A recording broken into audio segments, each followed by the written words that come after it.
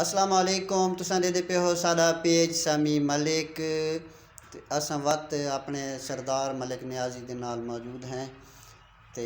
के हाल ठीक हो खैरियत है खैर मेरे तो तकड़े अल्हम्दुलिल्लाह सुनाओ सेहत तबीयत ठीक है ठीक ठाक जी मेरे को गुजारे पूछते पैन पे मुच्छां दे बारे भाई केशे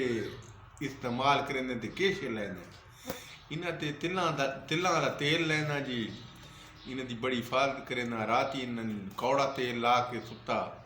वज सवेरे उठा वज जनाब धाता धोता धा शा के वज जनाब जी इन्हां माया शह लावना पौंदा जी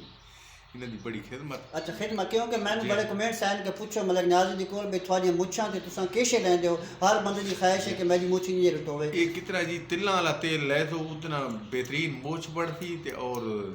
तेज तार बढ़ती ते और वड्डी थी ते रात में कौड़ा तेल ला के रात में कौड़ा तेल ला के उतां बननी है या सिर्फ इन्हें रखनी है इन्हें रखनी है रात ही कौड़ा तेल ला के सुता ते दीन तिल्ला वाला तेल